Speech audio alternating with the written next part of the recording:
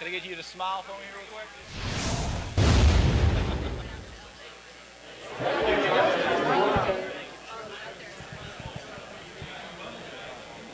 Welcome to the 10th Annual Southern Interactive Entertainment and Game Expo.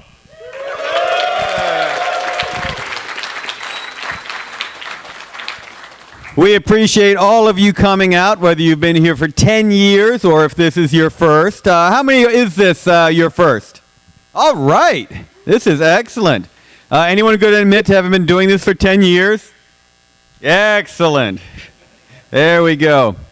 So I really appreciate you all coming out for this event tonight. This is, our theme for this is 10 years of constructing reality, because we have done that in many different ways, and a lot of them have turned up on computers and others have turned up on hotel room floors. So we appreciate all the work on those, no matter how it happened. A few details I need to pass on to you. One, if you have not checked out our web app, please do so. It is found at ggda.org/ I believe it's main app, and there's information on that on our website, and if you're on our newsletter, you're getting blasts about it as well. The program book was up to date a week ago, and then a hurricane hit. So there have been a few changes. So make sure you've grabbed the addendum or check the web app and the online website updates. We are live streaming our keynotes and these sessions, so thank you those of you who are watching online. And if you know people who cannot be here, wanted to be here, we know we did lose a lot of people from Savannah. Please let them know that while the storm is buffeting them, they are welcome to go ahead and turn this on. There are a few other events tonight. Obviously, we have another set of sessions after this. At 8 o'clock, the fine folks from Kennesaw State University have offered to put on a reception for anyone interested in the academic side of game development, teaching, and so on. So that will actually be up in room 1611 on the 16th floor at 8 o'clock. Do we have representatives from KSU here? Who you can, there you go, all the way in the back, of course. For more information, talk to them about it. And at 9 o'clock, there might be a little party back in the Cobb Ballroom, that giant structure right out behind us, sponsored by, put on by one of our great sponsors, Tripwire Interactive. I want to thank them right now.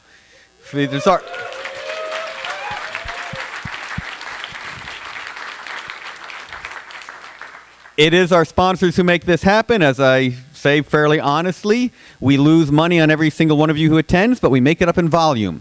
But it is because of our sponsors who are able to put on this event. So thank all of them. And I'm about to introduce one of our sponsors for not just Siege, but for everything that GGDA does. Obviously, a lot of our work is up online, and we have to have it hosted. And we have it hosted by one of the best. Peak 10 has been handling our hosting needs for a while. So it is my pleasure to introduce John Cheston from Peak 10 Interactive.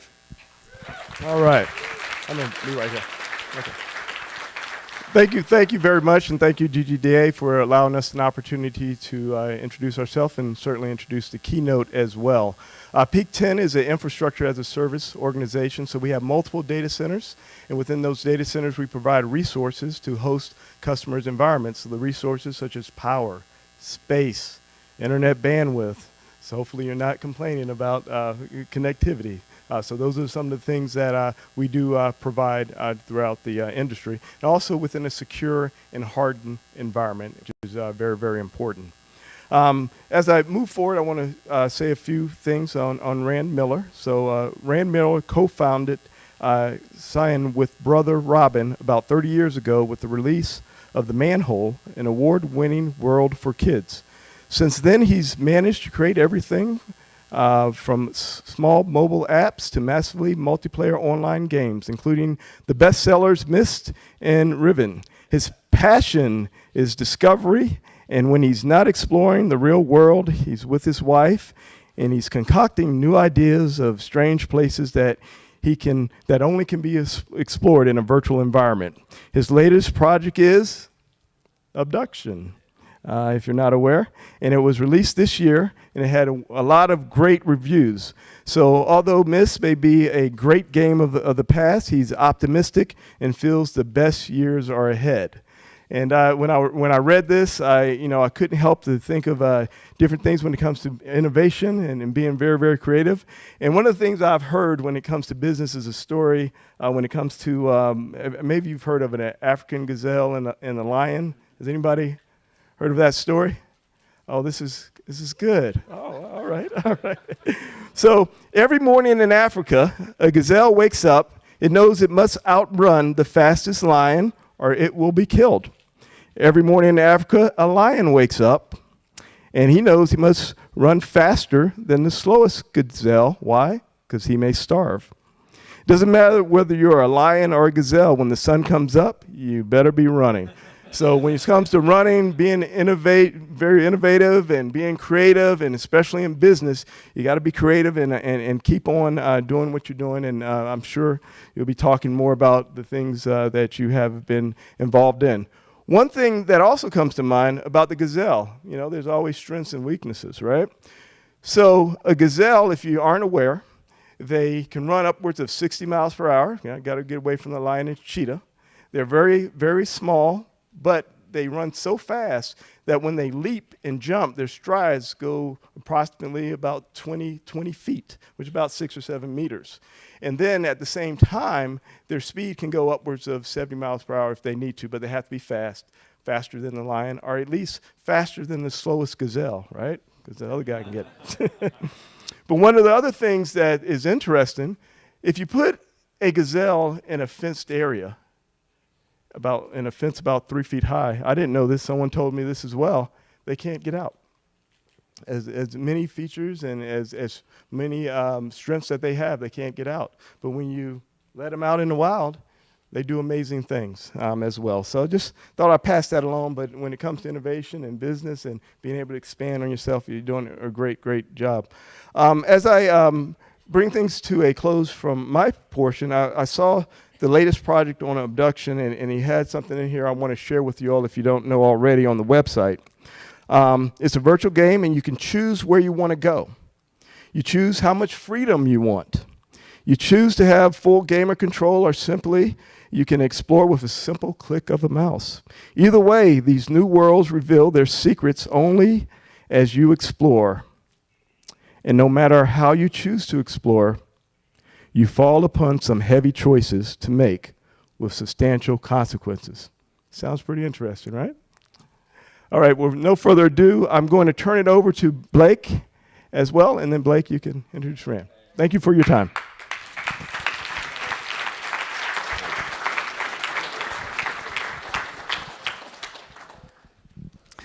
All right, thanks. Can you hear me? All right. My name is Blake Lewin. I am president of Atlanta Game Cooperation, and it's my pleasure tonight to interview Rand Miller, president and co-founder of Cyan. For those of you who don't know, actually, I want to ask, how many people played Myst?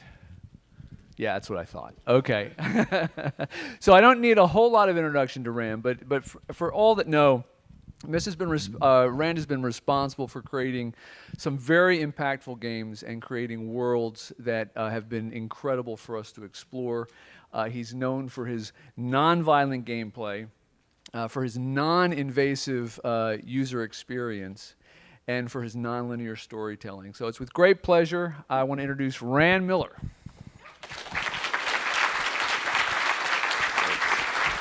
Blake, there was a lot of nons in there. There was a lot of nons. I want like more positive, please. Well, let's get into the positive then. So, we're celebrating the 10 years of creating reality here at Siege, and you're absolutely known for creating realities that we all love. So, why don't you tell us, in 1987, when you started with your brother, building worlds, creating worlds wasn't exactly dinner table conversation. So what were you guys thinking? Boy, I wish I knew what we were thinking. This is a crazy industry, as you guys may or may not know. I think, honestly, what got us started was looking for a hole. I had a daughter, and we were trying to find some cool game for her to play.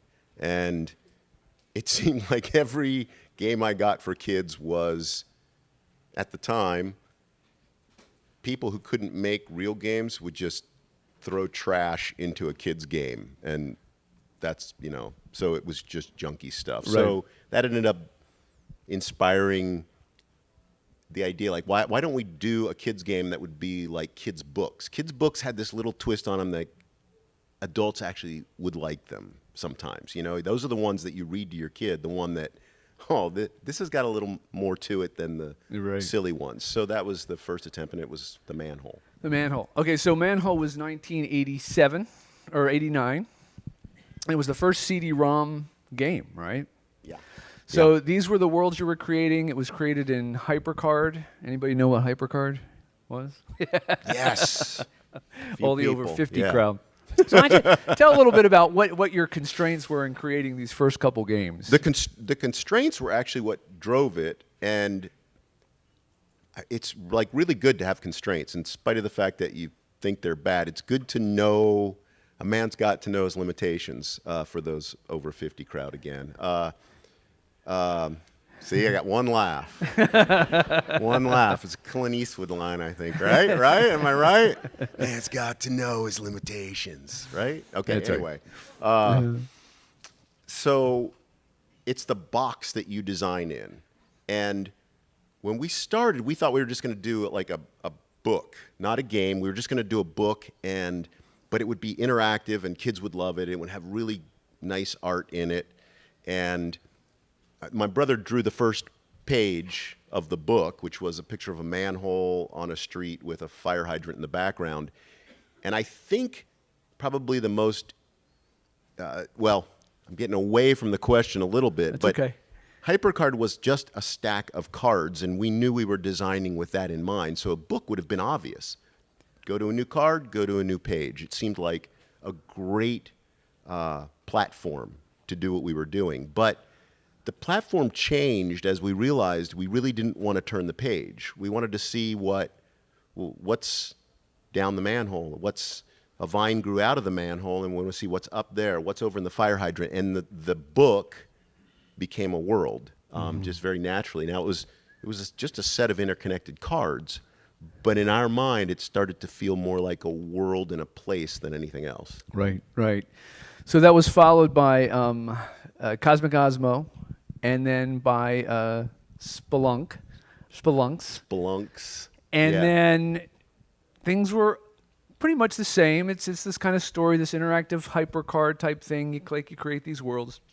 And then something really big happened in '93, and you released this game that just totally blew the socks off of everything, which was Myst. Yeah, our overnight success. Yes. Between which it was hard to find food to eat and things like that. Yeah, right. Myst was our overnight success that we grew the company from the manhole up, and being the incredibly brilliant businessmen we were, we didn't realize that you were supposed to use other people's money. So we took the money from Manhole, and which we both did while we were doing other jobs, and let's just use this money to make the new game, and spent all that money, as much as we could of it, every drop to make Cosmic Osmo, and then every drop of that to make Spelunks. And we didn't see that this wasn't really going to get us rich. It was going to let us make cool stuff. Right. But honestly, it was a passion. We were driven by, let's just make the next cool world. Let's make another cool world. And they evolved as we were going until we got a call from a Japanese company, of all things, who loved our children's projects and said, could you do something for an older audience? And we were like, yeah, sure. We've been thinking about that. And that's what kind of became Myst. Right. So I'm going to play the beginning intro to Myst. So for those who don't remember 1993 when this came out, remember the other leading game was Doom at the time, which was an amazing breakthrough in real-time 3D. But if you imagine the graphics of the original Doom, and then putting a CD-ROM in, and having this particular experience open up, it was amazing. Do we have audio? It was amazing with audio.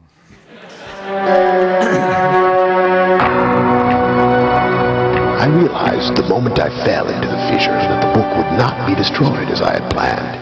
It continued falling into that starry expanse of which I had only a fleeting glimpse. I've tried to speculate where it might have landed. I must admit, however, such conjecture is futile. Still, questions about whose hands might one day hold my Myst book are unsettling to me.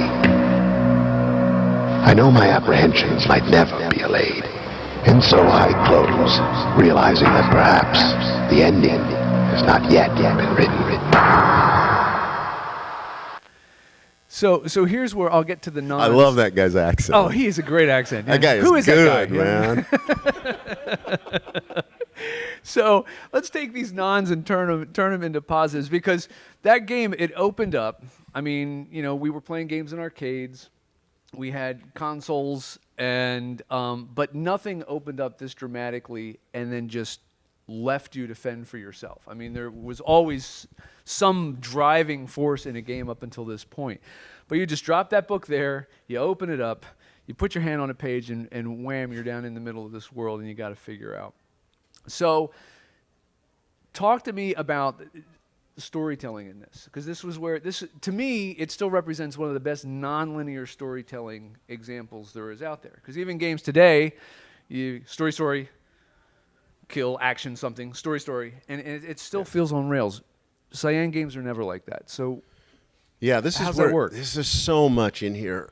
I could go on a long time, but okay. So first of all, we were naive. There's this fine line between naivety and genius, and I like to think we were falling on the naive side of that because we just thought, well, sure, we can do this.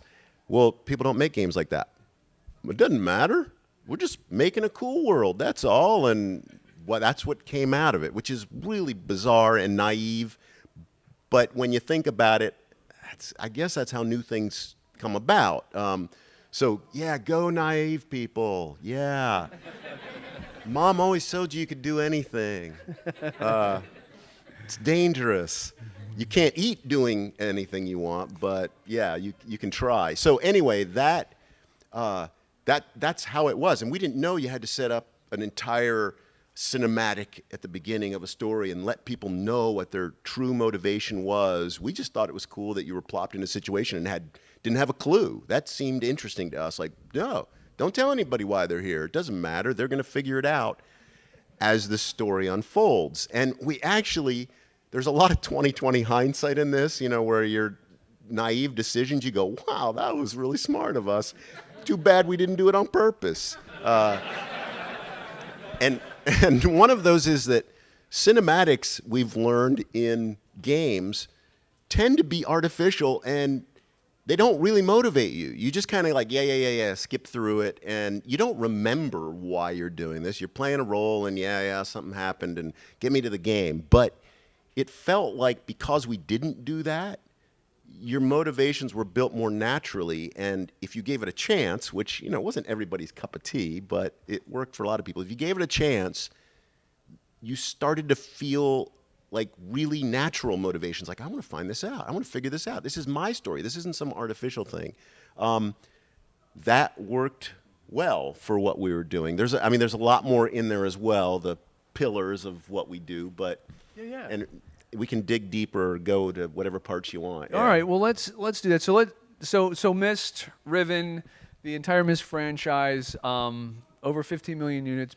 Myst was the best-selling CD-ROM, or best-selling PC game of the 20th century. Of the last millennium. They cannot take that away from us. So.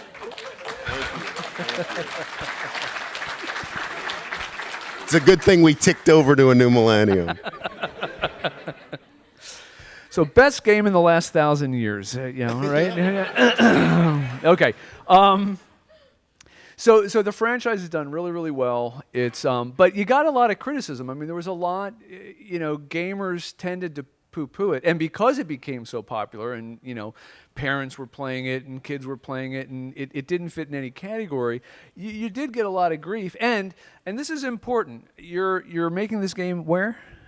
Where in physical location, geography? Like in Spokane, Washington, Yeah. the middle of nowhere. Yeah. So right. I know a lot of times everybody here feels, oh, we're in Atlanta, we're not in Seattle, we're not in Los Angeles. Spokane, Washington, I've been there. It's beautiful, but There's no game thing there but us. Yeah. There actually is a few now, Yeah, but yeah. it's not like here. But it grew out of what? I mean, what was your passion? You guys didn't have a particular game background before. No, this wasn't a game to us. This was a world. Honestly, I mean, that's what this stuff started to feel like more and more. We were building places and we were getting better at it. I hope you can see if you look through the old things to the new thing, the images were getting better, the stories were getting better. Manhole had no story. Osmo had a little bit. Spelunks had actually a book in it with background story. It's like this weird kind of evolution that it really was until Myst came, which was, well, worlds have history to them, and so we should build a history in here, and there should be a reason some of these things are here. And even with Myst, you can see the evolution. Like the first island you get to is the first one we did, and it's a little lacking. Like there's a clock tower on a rock with gears that come out of the water and a weird kind of puzzle thing in it and a rocket ship on its side. and a rocket ship on a long brick pathway for some reason. So it looked really cool, but we hadn't quite figured out that, no, there should be really maybe good reasons for stuff. But as we went along, like Channelwood was one of the last worlds that we did, and it feels pretty cool, albeit I'm not sure the water could actually power the things we had it power, but logically we started to put things together at the end even better than we did at the beginning, and it just seemed natural to build a place. We had no idea how it would be received until we put it in people's hands, and they started saying that thing, which is, it feels like I'm in a place. And the best responses we got were, yeah, I sit in my room and I turn the lights down and turn up the sound and I can just see the monitor, and I start to feel like I'm in this place. And that was like the best compliment we could get. It was not a game to us. It was, we were building places that had resonance and some kind of reality in our minds to them. Yeah.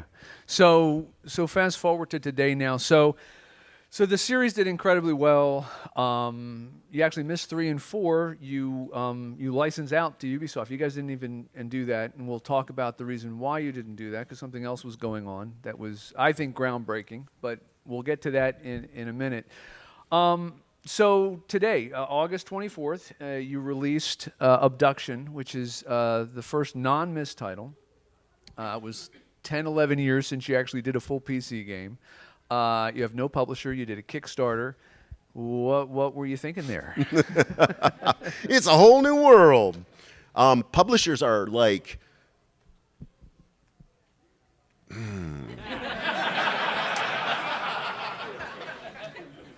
how do I put this? Because I don't want to insult any publishers in the room.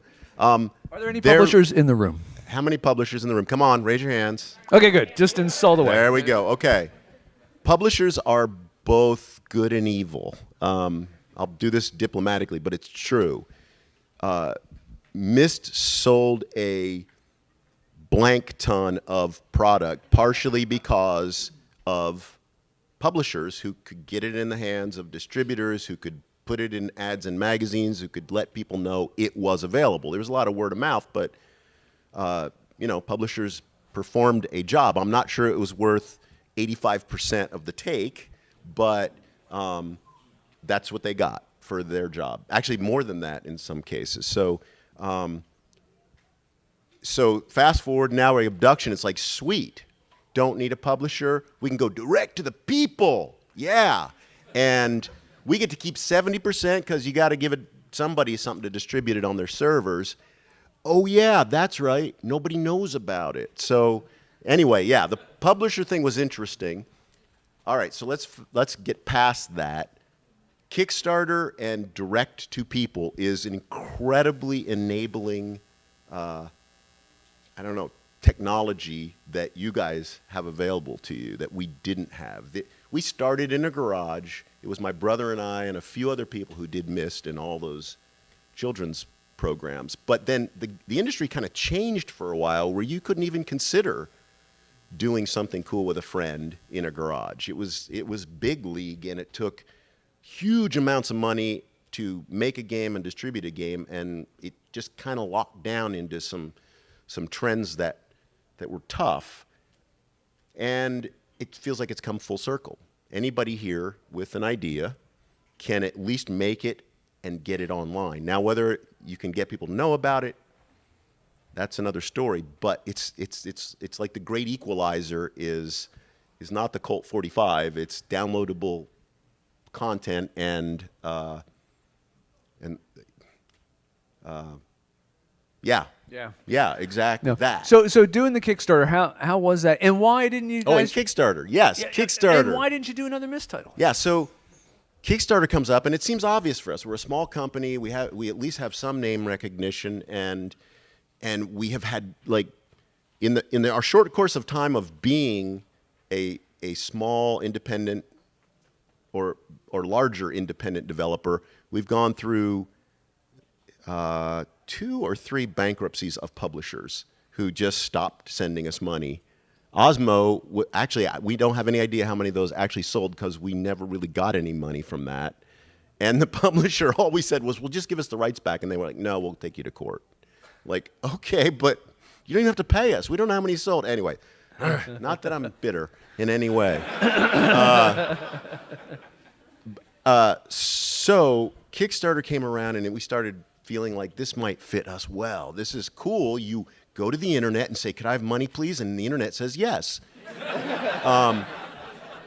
Sometimes, for certain amounts. Now, given the fact that we'd been doing this for 20 years or over 20 years, we knew that the game would take a little more than that amount. And Tony and I, he's the president and I'm the CEO, and yeah, those are official titles, but we do everything. We knew it was going to take, close to double that, but we said we should ask for double that. And the guys who know Kickstarter were like, no, you can't ask for that. People think you're cocky. We'll put it out there and see if you get that. Right. And we're like, okay, but the worst case will be if we just get just barely over that amount. And they were like, it'll work.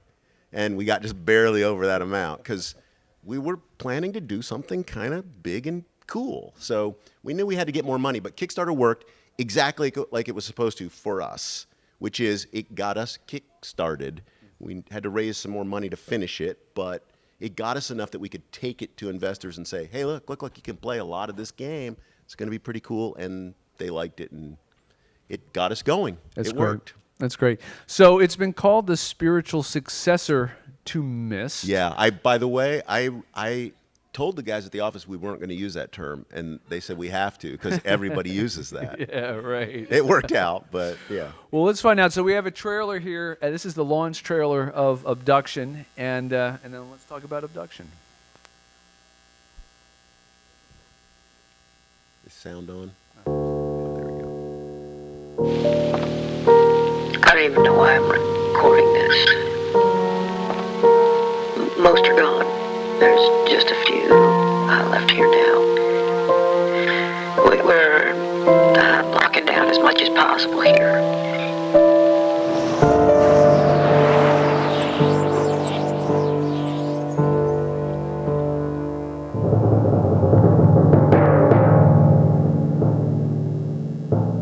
Welcome to Hunrat.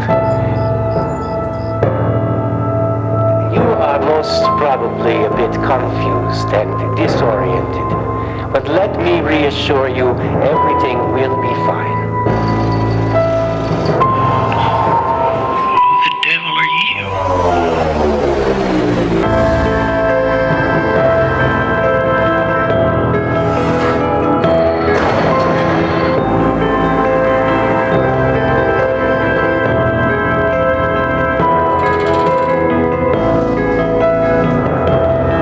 I got no idea where we're headed now.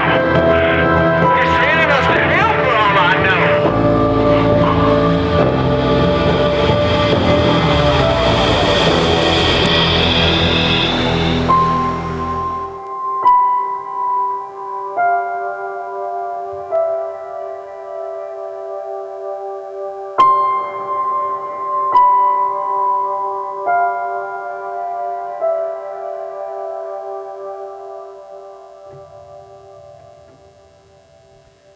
pretty nice. I like it. I had to make that video, okay? Like, we don't have a person at the office who makes videos. That was me, like, late nights. My wife knows, like, okay, come try this one. Do you like this one? I'm running everything past her. Like, yeah, you got to wear a lot of hats when you're small. So again, looking at it, it's got that same Myst feel. I'm not seeing a lot of flat 3D stuff. This is all real-time 3D and beautiful textures, and it looks gorgeous. Yeah. So, but I don't see people running around with guns and shooting or anything like that. So, no, it's very different. And again, it's not for everyone, but I don't know. Sometimes the pendulum swings, and you can get any shooter you want, and you know, it's fun. We all enjoy that, but you can skin it any way you want these days. So I think we're getting a little bit of swing back where people are going, well, man, we're making cool environments in these shooters, but I don't have any time to actually enjoy it. Well, we let you enjoy it. There's not a lot of stressful, hectic things going on in our games. Mm-hmm. It's more like you get to take your time, and in fact, you should take your time because, and we're getting better at it. Everything in there kind of means something, and I love those moments where you figure out that something you thought was trivial actually. You have that aha moment, like, oh, get out, that is, oh. And sometimes there's ones in Abduction in particular where you get the, oh, you get the double aha experience. And those are what I live for, you know? And the Twitch streaming, sometimes we've seen a couple of those. It's like, yes, nice. I love it. Anyway, yeah. So, yeah. Well, one of the nice things about the game, your type of game, which is unique, I mean, there's not a whole lot of people doing it, is I actually found myself playing the game when I wasn't playing the game. You know, I'd get stuck at a puzzle part and something, and then during the course of the day, I'd be thinking about it, and suddenly, you know, aha! You know, and then run to the computer and try and do that stuff. So that ties back. So your puzzle style, we talked about the... But also, I did want to get actually back to the violence thing. Is we talked about this before. There's no violence in gameplay, but that doesn't mean the story doesn't have tension and violence. And I remember that Myst box where there's a monkey head or something that freaked me the heck out. But talk about the how you handle that in the story and what the difference is in gameplay versus story. Yeah. So again, this is one of those naive things with Myst that when Myst came out, it was not a violent shooter game, and it was just pure. Again, we were naively like, well, we don't. What if you didn't have to die?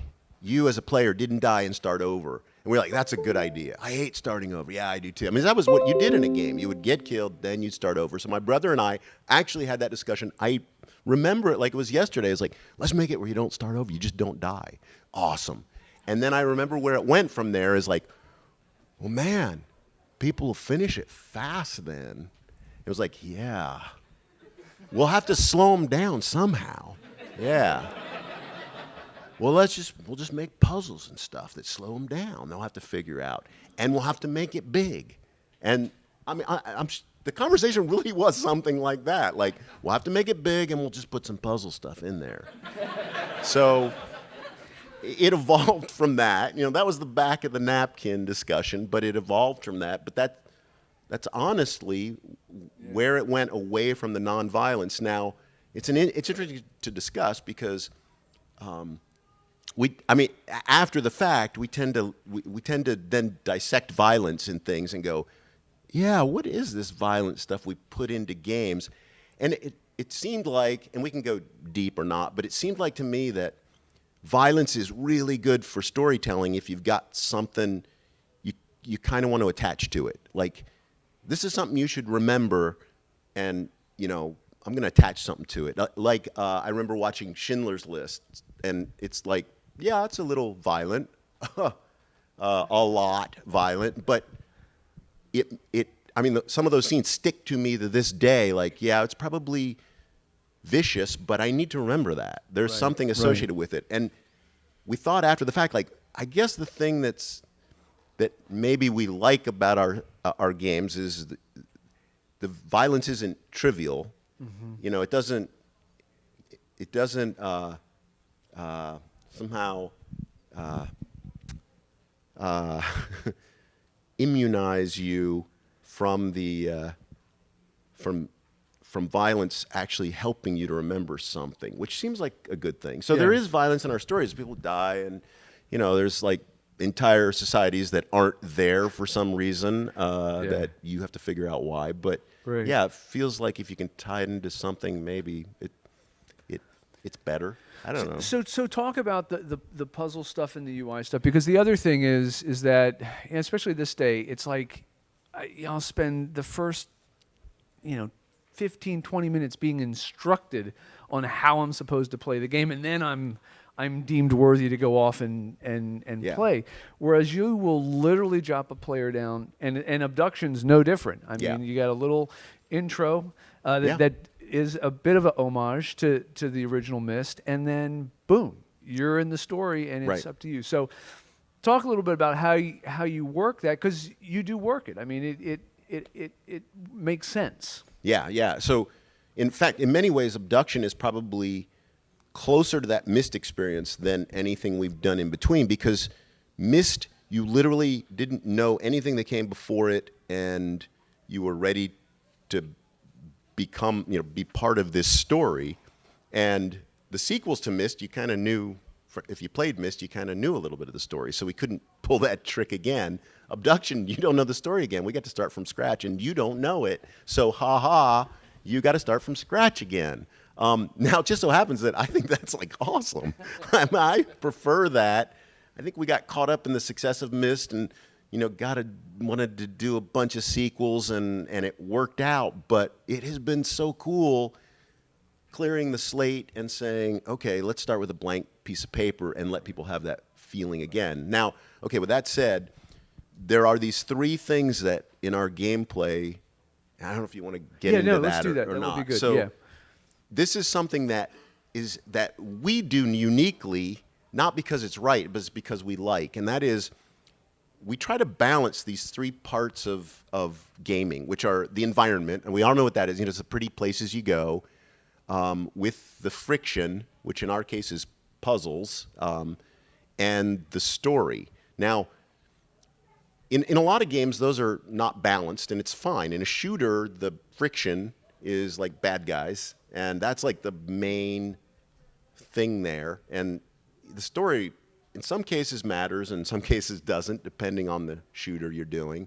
But you can see how those three things, you could pick any game and kind of see whether they're balanced or not balanced. We kind of like to balance those, where the environment tells the story, supports the story. Even the puzzles have to support the environment. They have to make sense in the environment, and we don't do it perfectly, but that's what we think. That's what we think is cool, is when we can get those balanced. So we have people like in charge of, not formally, but who like those three areas, and they fight. Like I love the puzzles and the friction, and Richard likes the story and the continuity, and Eric likes the environments. And so I think of a good puzzle, and it's like, but that doesn't make any sense in the environment and with the story. So those guys will go, no, that's a great puzzle, but no. And it goes around the other way too. Eric might go, this is a sweet piece of equipment. It looks awesome. We should put it in. And Richard and I go, well, but it's not a puzzle, and it doesn't fit with the story. And so there's this great tension that we have, and it just so happens that, we like to balance it. A game like The Witness is a great example of Jonathan Blow really likes puzzles. So he put it on an island, and he liked Myst because, he said it was... that you're dropped in the middle of and don't know why you're there. Exactly. So he's inspired by Myst, but this is more of like the game he wanted, which is really puzzle heavy. It's on that leg a lot more than it is the story end of things. Right. So anyway, that's what we strive for, and I think that's what our games have kind of at least a unique feel to them. The other thing with Cyan games, and something that you've been known for, is really pushing the technology, and not just pushing it. I mean, some people are more known just pushing the technology beyond its limits. You've taken the technology that's there, or maybe what's coming, and really built your games to that. And I have a little clip that I think is great to show how far back this goes. This is at Macworld in 1998, right? So, well, Today? everybody. Riven. You know, I guess some of the prior management didn't like games. Because I heard this from so many developers that they got no support from Apple on games. And the current management team really likes games. So we are dedicated to get some great games back on the Mac. And we are working on that very hard, and I think we're starting to see some great results. And it's my great pleasure today to welcome Rand Miller on stage, the creator of Riven.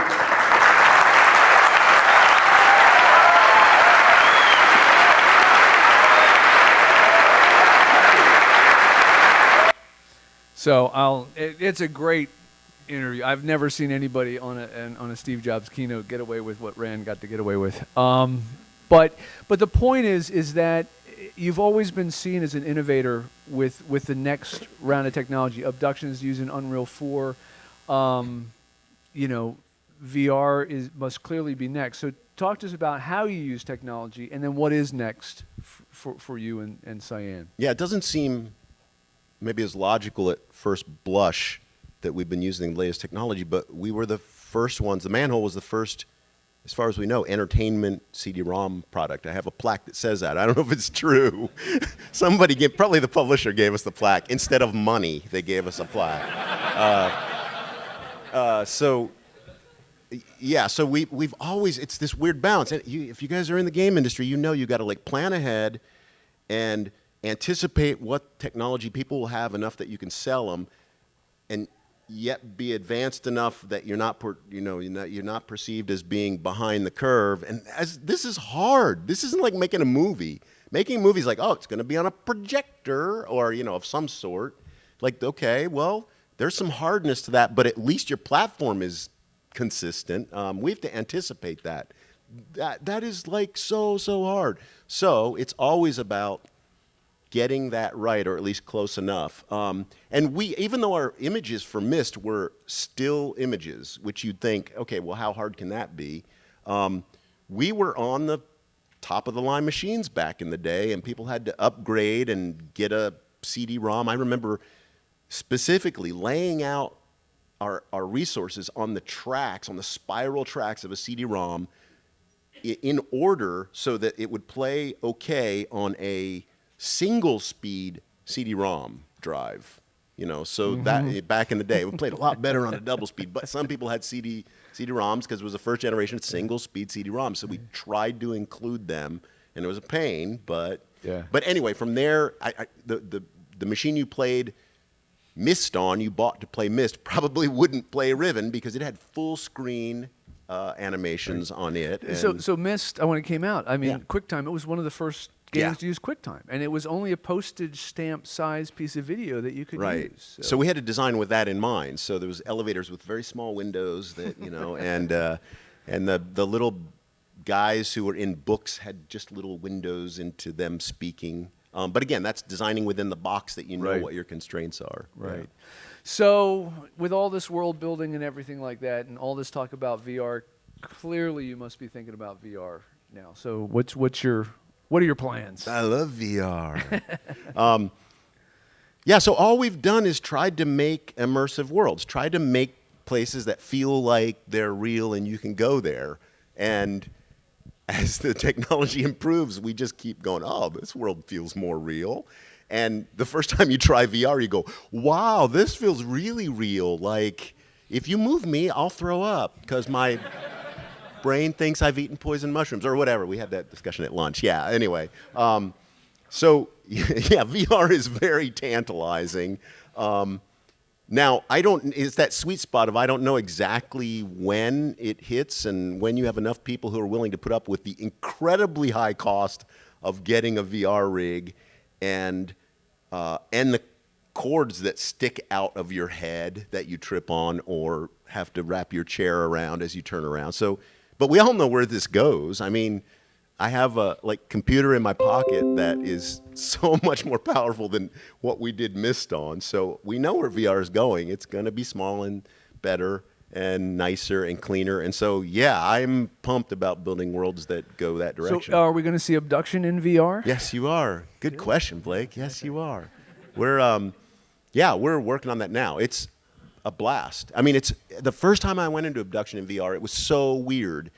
And those of you, probably most of you have tried it, but you know this weird feeling. Like, it's fun to see all this stuff, but it was this, it slowed me down. And some of it is the novelty, and we'll get used to it, I'm sure. But there's this canyon that you walk through at the beginning of Abduction where it's this like red rock canyon that kind of opens up. And it's always just, you just go through it and get through it on a flat screen. But in VR, it's like step, like, holy cow. And you look up and you see how deep you are in the canyon. You can't see that on a flat screen. It's really weird to get your sense of scale. And there's a rock next to you that you knew filled your screen on a flat screen, but in VR, it's like, oh, that's big, it's huge. You know, it's like, it's a weird feeling to have your own sense of scale so dramatically presented to you. So yeah, it's awesome. Well, it seems like, too, the whole Myst nodal type Oh, yeah. moving must work We were well. really happy about that. The Kickstarter actually included, like, what do you call it? A goal. Stretch goal for the VR. And so we knew we were doing VR, even if we hadn't done the stretch goal. Oh, don't tell anybody. We were going to do VR. But so we knew we designed it with that in mind. What we knew we had working for us was that whole node thing in Myst. It was a perfect scenario. The problem is, for those of you who haven't done VR, you can't really move a person in VR. It's so real. It is so real that your brain goes, hey, your eyes are saying you're moving in a real world situation, but the fluid in your ears isn't moving. And I did read that somebody said, when that happens, your brain says, you ate poison, you should throw up. So now I think you can get adapted to it, as some of you who play it a lot know. Like, we have guys at the office who are like, yeah, free roam, woo, VR, up, down. That is not me. I cannot do that. But in Myst, you would actually just click and move to another node. Click and move to a node.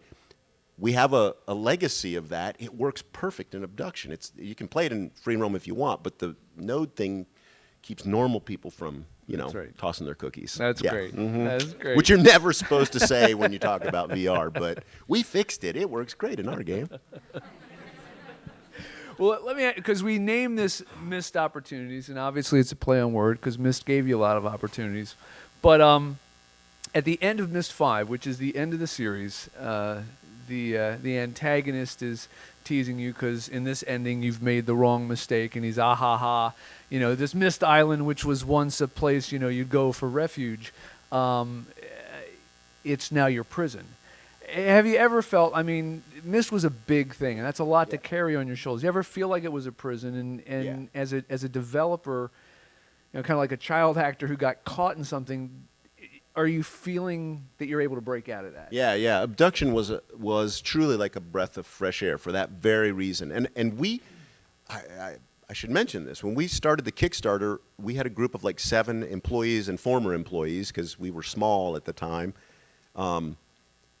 who thought we were going to do a Myst product, because it's like, well, that'd be no-brainer. We should do a Myst product, and people will love it because it's Myst. And I remember a weekend at home thinking, okay, a Myst product.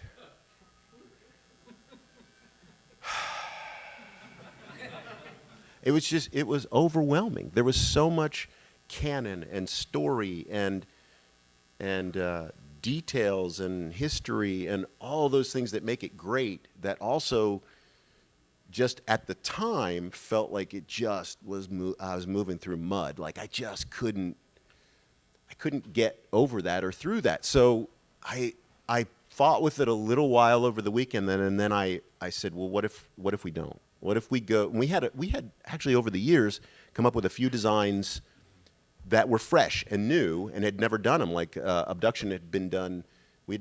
That was something we had done 10 years earlier. Had come up with various designs of it.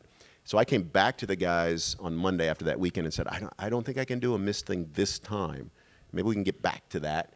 but Myst is like your house. And when you've lived there for 20 years and never gotten a vacation, you kind of need to get away. And once you do for a while, you kind of go back to your house and it's like, hey, my house is pretty cool. It's nice to be home. But I needed a vacation, and Abduction was the vacation. That's great. Yeah. That's great. So the other thing, and I promise I get back to this. So when you licensed Myst 3 and 4, you went off on another big adventure. This, I do think, was one of those missed opportunities, pun intended, because it was really groundbreaking, and this is where I first met you. But it was, the way it ended up wasn't quite the way you had hoped. So we want to talk a little bit about Uru and what your vision was coming out of Riven, because this was coming right out of Riven. Yeah, it was groundbreaking and heartbreaking. How do you like that, huh? I just thought of that right now. Yeah, we came out of Myst and Riven, and my brother went on to do, he wanted to experiment more with just linear storytelling, because there's some real advantages to that. I really like the interactive, because it feels like you make people into storytellers. But it kept ending. Like Myst was done and it ended, and then Riven was done and it ended. It's like, well, hey, there's this thing coming called broadband internet. And there weren't a lot of people who had broadband internet, but we were like, whoa, we should do some stuff for that, because that would be cool. But we won't do broadband internet where it's just so you can have a shooter or kill monsters, or there are other people who do that. We'll do it to deliver new content all the time. So it'll be in a universe that's not exactly Myst, but it's tied to it in current day, and the whole thing online will run in real time, and there'll be stories that are taking place online, and every night you could go in and there might be new stuff, but every month, which would coordinate with a subscription fee, for example, there would be something fairly large, like a whole new world you could go to.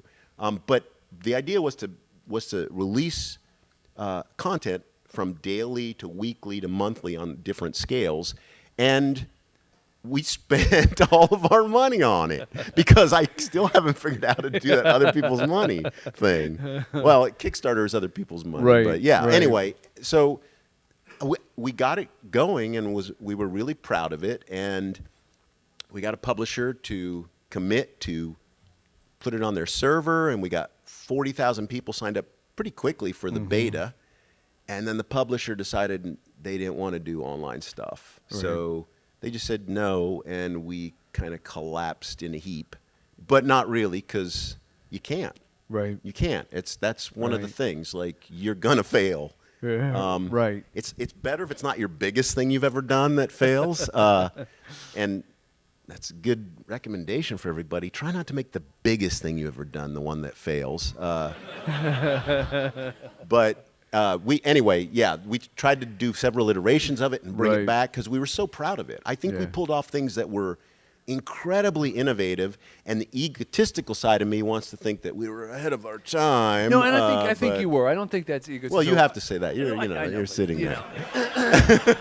I was at Turner Broadcasting at the time, and that's what drew our attention to it, because it felt very much like a new kind of TV model, right? Where the episodes weren't this linear story that was being plopped down on in your TV set every week. Yeah. It was like you'd go to this place and story would grow out of it. So yeah, I mean, it worked. We had several experiments we got to do with it, playing out narratives in this world. Like one was, we had actors in this world, and nobody knew who the actors were and who the actual explorers were.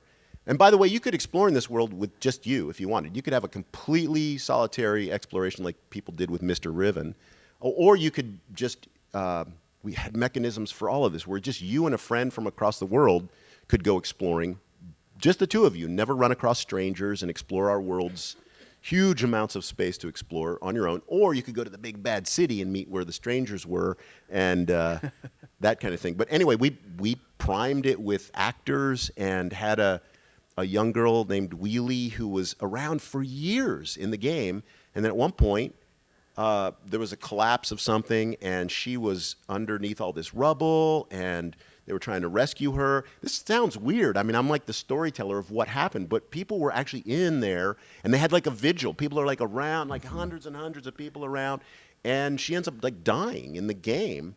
And And ran in this typical fashion. This was going on when we had it on GameTap, and of course he didn't tell me what the storyline was. So I go into the world to try and see how's it going today, and these people are coming running up to me, going, "Wheelie, she's trapped, and the barrow are gonna kill her," and like everybody's like, "Oh my God!" You know?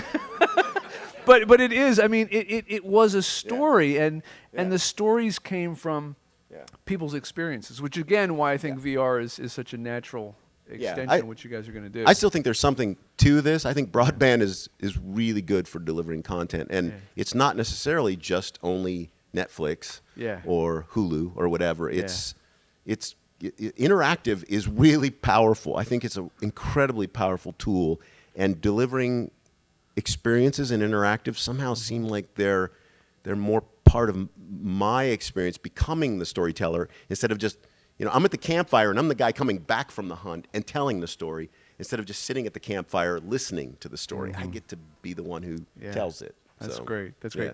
Well, speaking of television, Blake. Yes. So you've got to deal with Legendary. Hulu. Did you see that? I put like a Hulu. It was a nice transition there. Yeah. That's pretty good. So Rand has a deal with Legendary. They've got the TV options, and then Legendary has made a deal with Hulu.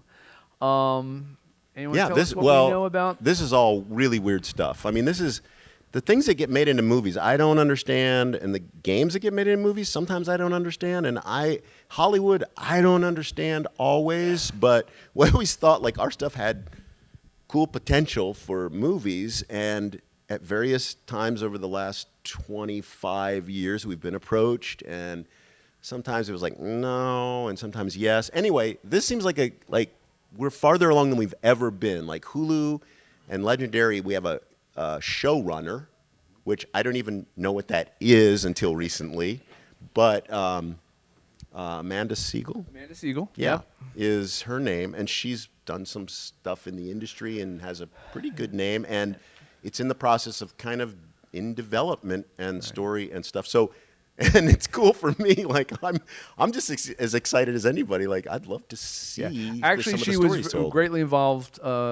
What's the other Nolan brothers' first name? Anyhow, Persons of Interest. If anybody's watched Persons of Interest, she's a huge Myst and Riven fan, and she's quite an up and coming writer, showrunner. And for those of you who don't know, showrunner is more like a producer. I mean, it's the key writer, but it's also the person that holds the vision and makes things move forward. So it looks good. We'll see the Hollywood voodoo. Maybe it's going to work this time, and I'll watch it. I'm in. All right. So this is the last question. So you are now officially in the Smithsonian Institute of American Art. You've been officially awarded that you are art. You are not just a game. You are art. Wow. So, and in your recent bio, you say that, even though you're in a museum and you're getting a lot of gray hair, that the best years are still ahead. So, Yeah, I'm only 35. I'm prematurely gray. So, no, I am a museum piece. It's weird.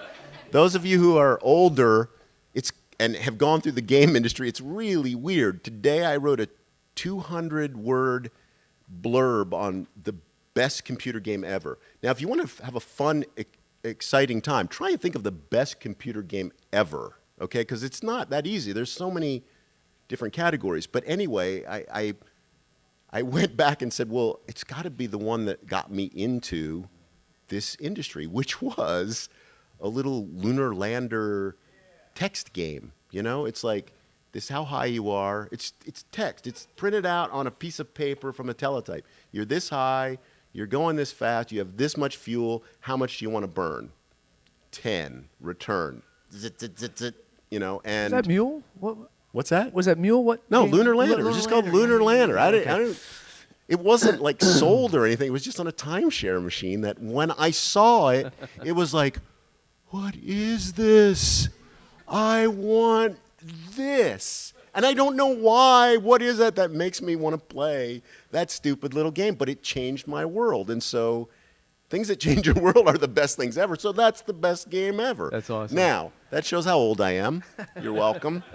Timeshares. There weren't personal computers. I stole passwords out of trash cans to play computer games back in the day.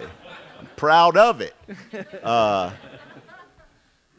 So, yes, I've been around a while. I'm a bit of a museum piece, but honestly, I'm like excited. VR has excited me. I mean, I got excited about Abduction because it felt like it was new and fresh.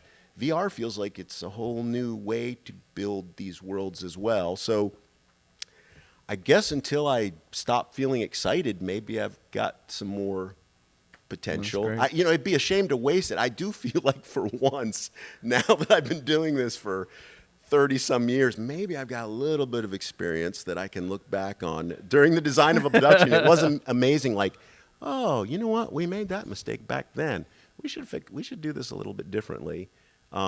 So yeah, I am an optimist, and I am naive, as I mentioned earlier. So perhaps either my best years are ahead, or I'm just plain silly naive. But I'll go for it. Well, that's great. Well, we're going to open it up now to the audience. If you guys want to come up, there's a microphone right here. And if you don't want to come up, that's fine. We can pass around a mic. But this is your chance to talk to one of the legends in the game industry, so don't let it go by. Joe. Just one question. Have you ever thought about quitting, even for a minute? No, it's that naivety again. That's a really good question. I've never thought about it. When I had the money that I could have quit, it was like, well, why would I do that? I have money. I can make another game. That's true. I'm not just saying that. And then when I don't have money, it's like you're like, wow, I should have quit this long ago. It's a weird, I'm a sick man. Yeah. So you spoke about being naive in the beginning of your career. And obviously, when you're naive, your process isn't really formalized anyway. Do you feel like as you as years have gone by, you feel like that there's been a little bit of a process that you've been developing? Or is it still hey, this is something that interests me, and you just go down the path, just like this? Yeah, it's a good question. It feels less like it's a formal process and more like their comfortable process. In other words, we've done it a certain way, and it's definitely not the way the industry does it. Even making our games, if you could see our production process, it's not like people do this. We design and change things to the very last minute because we're just tweaking, and so that's just how we do it. Now, with that said, the naivety thing, by the way, I am serious about that. It does enable you. You also want to carry on your experience as well and apply that, but not to hinder yourself. And the Myst stuff almost was became a hindrance because it was starting to tie me down. Now moving back to it, it might be fun, but it's like you really do have to have a certain amount of naivety and think you can do this, or you truly will never even try. It's like, I can do this. Now, all that said, you have to fail. We touched on this a bit. Everybody will tell you this who's done anything in their life. Fail. Go. It's okay. Fail is good. Don't let that knock you on the ground and make you give up. It's okay. I mean, honestly, a couple times I thought, well, I could get a job at Starbucks. It's okay. That might be okay for a while. But honestly, if I was working at Starbucks, I'd be like, I got an idea for a game. I should try that. And it's fail and learn lessons from that you can apply a little bit to tune your naivety as you move forward. And that's on a macro and micro level. I don't know if I answered your question besides just So actually, that was a really good question. And I had one of your team members explain to me how you do game design. And it's like you have a group of people sitting around. Yep. You bring in a piece of clay, you flop it on the table, and everybody starts pushing and pulling and turning and tweaking. So is that part of the process, or is it's so you should see the maps for Abduction. Okay, they're giant pieces of paper with maps of every single world drawn on them in pencil. I drew them on there with words of where things are, but it's not made in stone. It's clay, so that when we get done and we explain it to other members of the team, they're like, oh, that doesn't work good. And we actually go through the gameplay with them. They like a D&D kind of style. They go, okay, I'm going to walk over here. All right, roll the dice. No, there's no dice, but pull the handle, if you know our games. Yeah. So, but we learn things at every single step along the way, and we constantly change those things. And the artists have a lot of say because it's just a top-down map of something, and we don't have meticulous detail except for things that, we get a designer in to say that we probably need a little bit more here. But honestly, it's a process, creative process the whole way through, which is really weird, and I like that a lot. Yeah. It's motivating to all of us. Yeah, go ahead. Is there times of doubt when you're trying to do something? What are some ways that you might break through that? Yeah. There are times of doubt, and there are times where this isn't good, and you might have to ship with it too. I mean, there's both of those. The doubt thing is easy because you doubt it early enough, you can go, okay, well, let's just fix it. This is problem solving. And by the way, life is problem solving. And when you stop solving problems, I guess you just die. So it's just a matter of like, yeah, this is a problem. Let's fix this. And I love that. I really, really love that. But you get too far into it, and some of those are harder to fix. Not that you don't try. It's just at some point you got to ship with. Now, you did something different on this game than you'd done before. Yeah. You actually did box world all the way through, right? You built the game with just ugly boxes. Yeah. Just to try. How did that work? Did that work better? Or? There were parts of it that worked better, but it's funny, talking with our art director, he's the one who was kind of espoused that and said, we need to do that so we can get a feel for the gameplay and all, but he says he wouldn't do it again that way. That it just, for what our games are, it didn't feel like it had that much of an advantage. Okay. It did give us a sense of scale and space. We knew it was going to be big, but he said he just would have just plunged right in and started building it. Yeah, which is interesting, I thought. Yeah, absolutely. Yeah, over there. Hey, when you're talking about building Myst, you talk about building immersive world.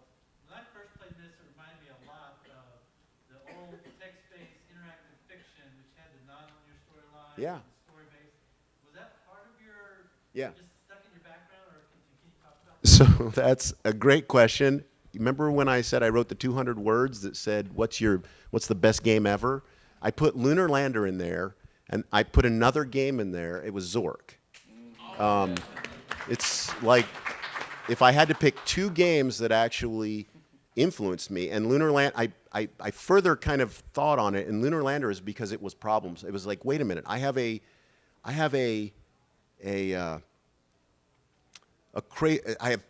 computer giving me a realistic problem-solving thing here in front of me. And that was like, blew me away, which you can see, oh, we do that. But then Zork was, oh my gosh, I start to feel like I'm in this place and there's a story here and it's nonlinear. So those two kind of encapsulate, which is, they're text, both of those are text, but they encapsulate, I think, the things that pushed us the direction we went. So yeah, good insight. Okay, I want to be fair to the room. There. So you talked about introducing content over prop band and Hulu. Is there a game that you've seen in the past 20 years that has done that in the way that you envisioned, or is there something that you want to do in the future that does that? Yeah, I don't know if... And let me just read. The ahead. question was, in Uru with the kind of broadcasting content into the game, has Rand seen anything that kind of reflects that? Yeah, no, not the way we wanted to do it. We thought, we did a lot of research for Uru because we were trying to raise funds and get it done. In addition, because we ran out of money, our money, had to use other people's at that point. But we kept seeing that with online gaming, when new content was released, subscribers went up. It was almost like all the data you looked at, it was exactly the same. New content, subscribers went in. New content, it was like boom, boom, boom. So we thought it was like a no-brainer. But the new content that normally was coming out every few months or every 6 months or that kind of thing, we thought, well, let's get that more granular and do it every day. We were honestly competing with television. It's like when you come home, we don't want you watching television. We want you to go exploring and see what's new. So no, I don't think anybody has. I don't know if I'll ever attempt it again. It was a huge project, and I'm incredibly proud of it. Like easily as proud as anything I've done, which is weird because that's the thing that failed to a certain extent, but doesn't make me less proud of it. But somebody will do that. I have no doubt somebody will take that on and accomplish it. And I'll go, okay, all the way in the back, way in the back. Okay, Mr. Miller, what advice would you give to those game developers that are starting in the business, or people that want to start into game development? Go to work at a bank. Yeah, don't. No. I'm just kidding, kind of. It's honestly, there's a few things you should know. Well, here's a good example. How many of you have ever had a great idea for a game, a really good idea for a game? Like this is awesome. Now, how many of you have taken that and made a game out of it that, kind of made a game out of it that you could show people okay? Now, how many of you have made a game out of it that you could show people and have sold? Okay, there's a couple. And how many of you done blah, blah, blah, blah, blah, blah, and made money? Okay, there's a few. So just so you know, it's a hard industry.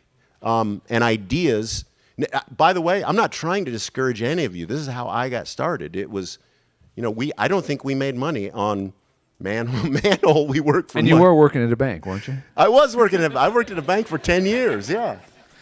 And I quit the gravy job at the bank to do this because I was inspired. And we didn't make money on those first few projects, but we learned from it and kept picking ourselves up and trying again. Now, there are no guarantees on any of this, and it's hard.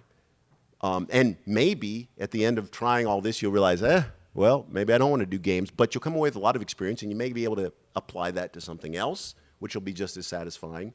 So with all that said, it's the best time right now that it's been in a long time to do games because of something called the long tail in my mind, which means that all you need to really do is, because you don't need a grand hit. You don't need, if you're not trying to get rich, which don't try to get rich or you won't.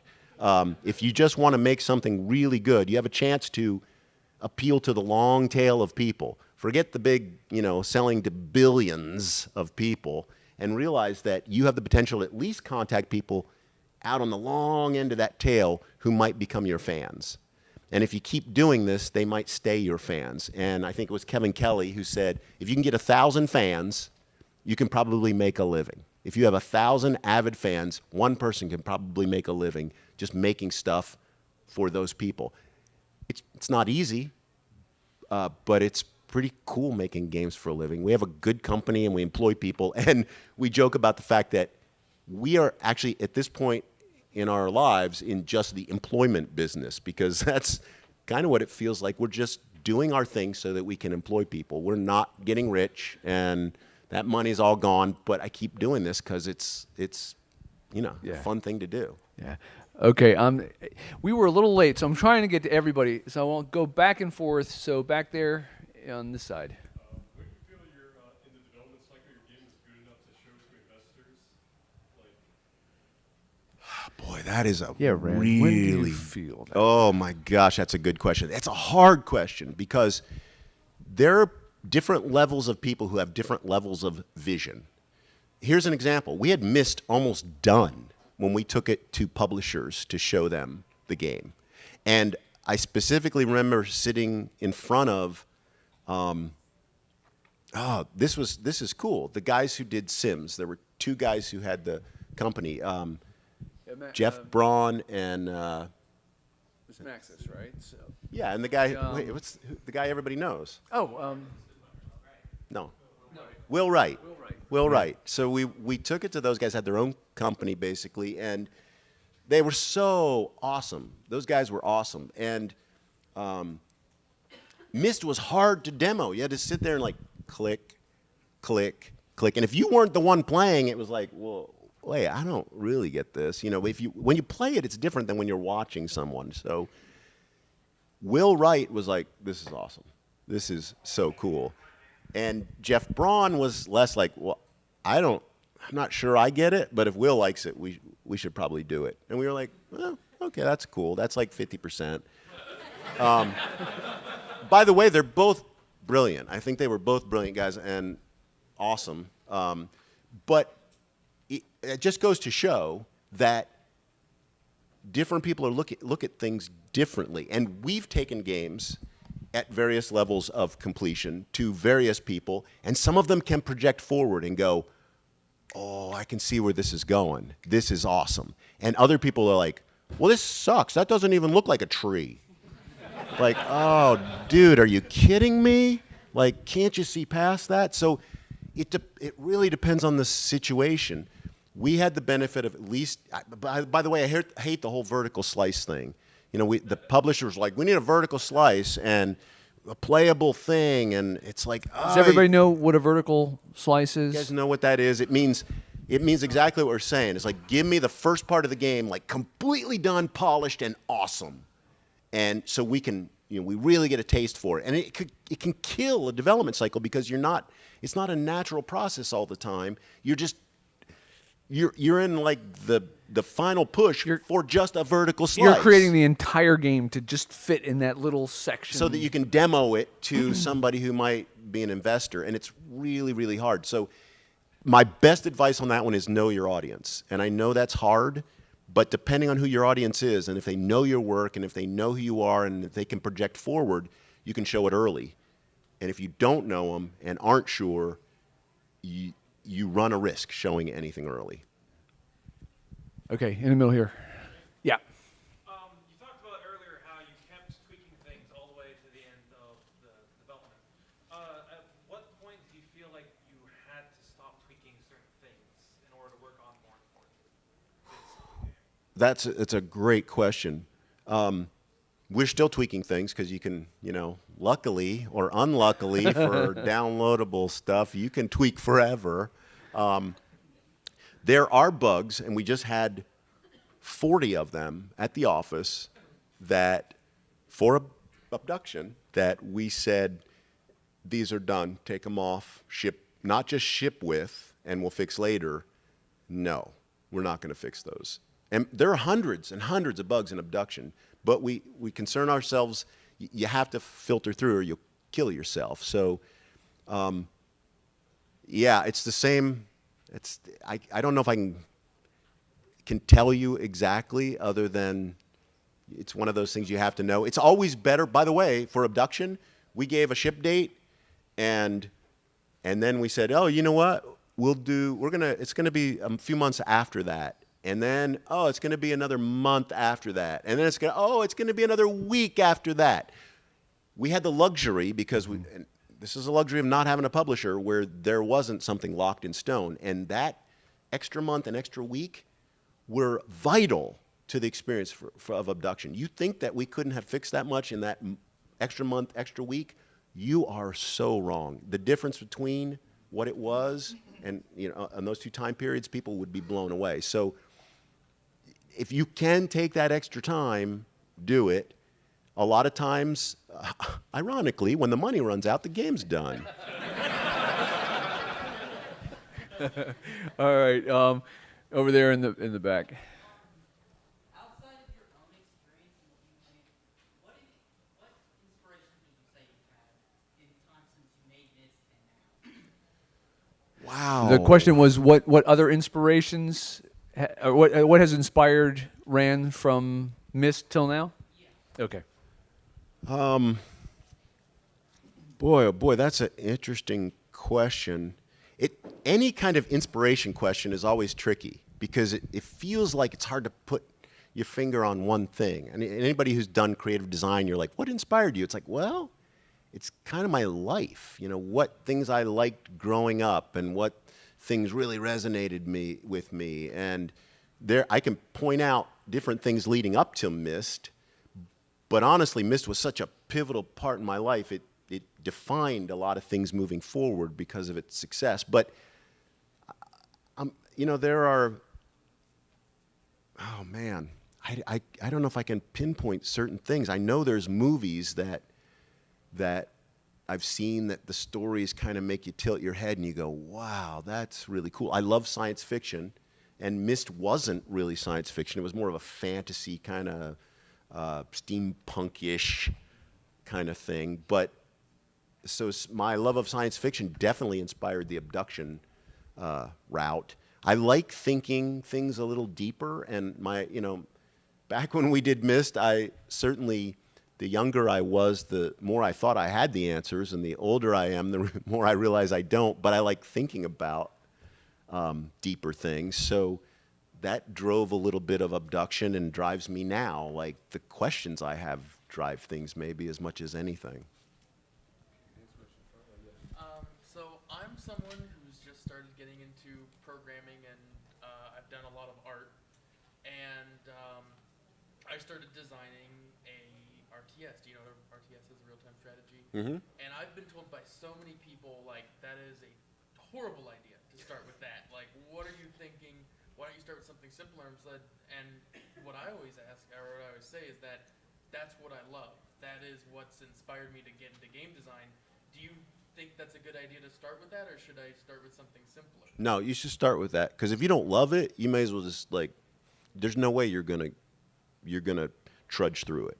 Now, it's true. I mean, it is hard, and but you've played RTSs, right? I mean, you know, right? So you know how intricate they can be, and all the balancing required, and all that stuff that you've got to get into. So you're not going in blind. So go for it. Now, with that said, there's a lot of them out there. Do you have something a little different to offer? Do you have something that might take you, you know? That's exactly what I've been thinking about. Right. And one thing I'm doing with it that I've thought that RTSs don't have is a lot of creativity. Yeah. Is a lot of personal connection. Right. Because a lot of people are like, but you're just building an army and taking over stuff. What's personal about that? I'm like, there's a lot you can make personal. So in this one big thing is customization. Right. Almost everything not everything, but a lot of what makes, you're not just controlling a generic, oh, this is the human army, this is this. Right. You're making your own sort of army. So you have to realize, though, that you're selling to a niche, the people who like RTSs, right? So you have to figure out now what separates you from everything else. And I'm not an RTS guy, so the stuff you're saying, I don't know if that would interest me, but you need to talk to your friends and see if they go, yes, that makes this different enough where I would get this one instead of that other one. What is it that you are really making people go, oh, that's a cool idea? Because that's where you need to look at it. You know, RTS is all about balance and getting that all done, but why are you different? You figure that out, and I'd go for it. Yeah.